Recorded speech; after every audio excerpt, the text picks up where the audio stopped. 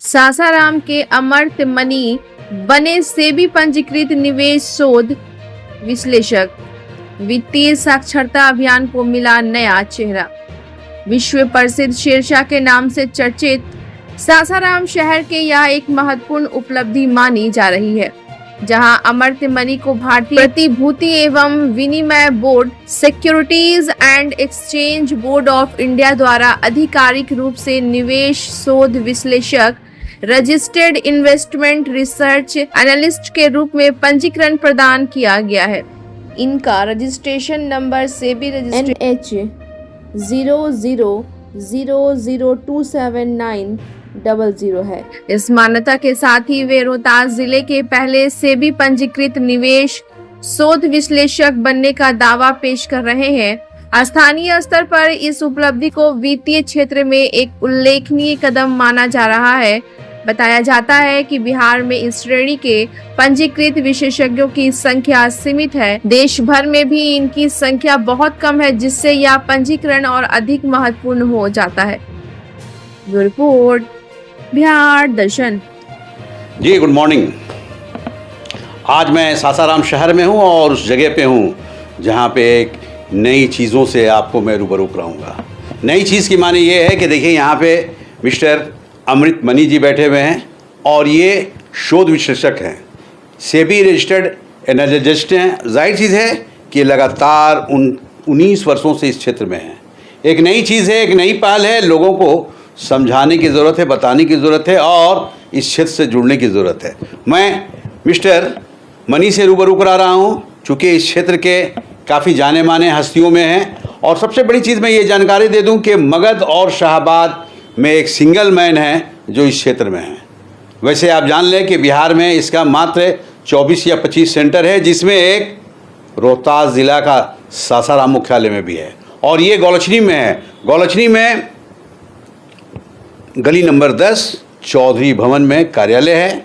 Mister अमृत money से अगर आप मिलेंगे तो इस क्षेत्र से लाभ अवश्य प्राप्त करेंगे। मनी जी बहुत बहुत बधाई, धन्यवाद। सबसे पहले हम लोग बिहार दर्शन से आए हैं। हम लोगों को जब जानकारी मिली कि इस क्षेत्र में आप हैं तो इस क्षेत्र के लिए एक नया है ये। जी बहुत नया है। वैसे काफ़ी लाभान्वित चीज़ है, जो भी इससे जुड़ा वो काफ़ी लाभ प्राप्त किया। तो एक सवाल ये है कि इस क्षेत्र में जैसा मुझे जानकारी मिली है कि 15-16 वर्षों से आप काम करते आ रहे हैं, क्या मैसेज देंगे इस क्षेत्र के लोगों को? ये मैं कहना चाहूँगा कि भ्रामक जो भी इन्वेस्टमेंट के रिगार्डिंग आपको सोशल मीडिया पर ल्यूक्रेटिव जो विज्ञापन आते हैं उनसे परहेज करें, क्योंकि मैं आए दिनों ऐसे काफ़ी लोगों से मिल रहा हूँ जो अपनी प्रॉब्लम्स मुझे बताते हैं कि मैंने यहाँ पैसे लगा दिए, वहाँ पैसे लगा दिए और फिर पता चलता है कि वो अचानक से गायब हो गए, फरार हो गया। और यही नहीं, ऐसे करते करते मुझे जहाँ तक ध्यान आ रहा है कि करोड़ों में रुपए ऐसे हैं जो लोगों के यहाँ से गायब हो गए। कोई कहता है कि मैं फॉरेक्स में काम कराता हूँ और मेरे पैसे डॉलर्स में आते हैं, लेकिन ऐसा कुछ मुझे नहीं लगता है। क्योंकि जो चीज़ें आपको भारत में जो रेगुलेटरी बॉडीज़ हैं, जैसे हमारे यहाँ सेबी है, तो सेबी से अगर कोई चीज़ रेगुलेटेड नहीं है तो उस पर आप कैसे निवेश कर सकते हैं बिना कुछ जाने समझे? लेकिन एक चीज़ है कि जैसे आप इस क्षेत्र में आए तो इस कंपनी में आपका क्या पद है ये मैं नहीं जानता, लेकिन पद बड़ा पद है। कम बड़ा छोटा पद नहीं है। सेबी अपॉइंट करती है, लाइसेंसेस देती है, अपॉइंट नहीं करती है। हम लोग एप्लीकेशन कर देते हैं कि हमें रिसर्च एनालिस्ट के लिए कुछ उसकी जो रिक्वायरमेंट्स हैं, एजुकेशनल रिक्वायरमेंट्स चाहिए, कुछ आपकी एक्सपीरियंसेस चाहिए, एग्ज़ाम्स होते हैं वो आपको देनी होती हैं। ठीक है, इसके अलावा जो डिपॉजिट्स होती हैं वो भी देनी होती हैं। और तो ऐसा ही है वो वहाँ से फिर हम लोगों को सेबी से एक लाइसेंस मिलता है जो सेबी रजिस्टर्ड एनालिस्ट कहलाते हैं। तो एक सवाल ये है कि जैसा आपने खुद बताया कि बीच बीच में बहुत ऐसे लोग आ रहे हैं जो ये बता रहे हैं कि हमने वहाँ कुछ फंड दिया, कुछ वहाँ फंड दिया, कुछ वहाँ पैसा जमा किया और लेकर 1-2 दिन फरार यहाँ से भाग जाता है। कैसे आप लोगों को विश्वास में लेंगे कि आपका काम भागने वाला नहीं है बल्कि जोड़ने वाला है, लाभ देने वाला है और लोगों को पैसे वाला बनाने वाला है ये कंपनी? कैसे आप उसको संतुष्ट करेंगे? देखिए, लोगों से मैं यही गुजारिश करूंगा कि कभी भी कहीं भी निवेश करें तो पहले उसकी सारी रिस्क पैरामीटर्स को जरूर जान लें, भांप लें, वो रजिस्टर्ड है नहीं है, ये सारी जब बातें को जरूर आप पहले परख लें, उसके बाद ही कहीं निवेश करें।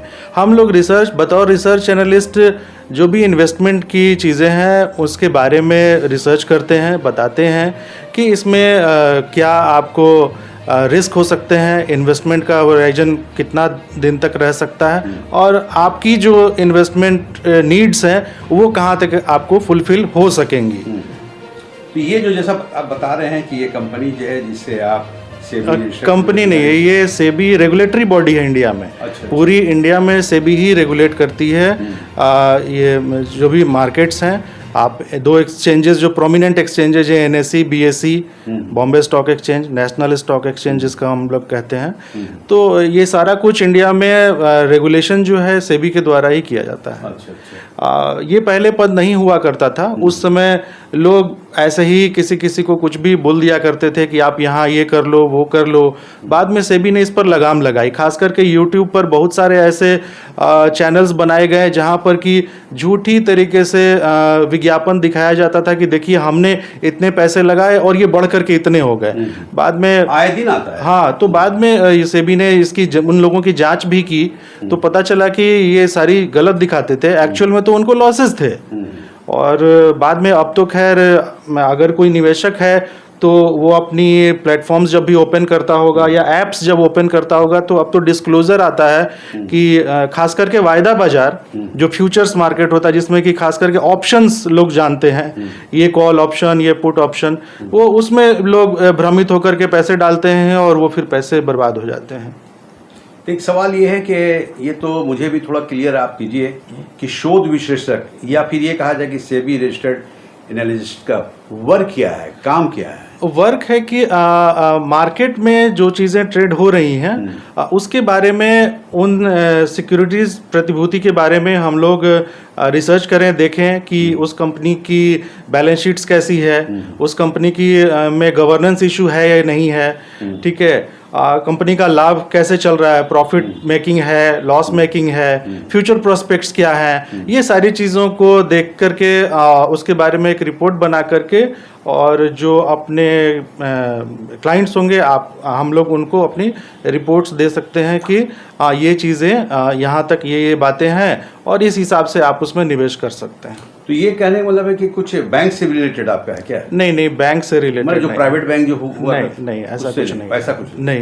हम लोग इंडिपेंडेंट है, मुझे ये इंडिपेंडेंट ही लाइसेंस है। अच्छा। तो देखिए ये मिस्टर अमृत मनी जी हैं और जैसा नाम है, नाम तो बड़ा प्यारा नाम है और मुझको लगता है कि पहली बार आप ये नाम से परिचय प्राप्त किए होंगे। जाहिर चीज़ है कि ये एक शिक्षित व्यक्ति हैं जो चौधरी भवन में इनका कार्यालय है जो गौरचनी के गली नंबर 10 में है।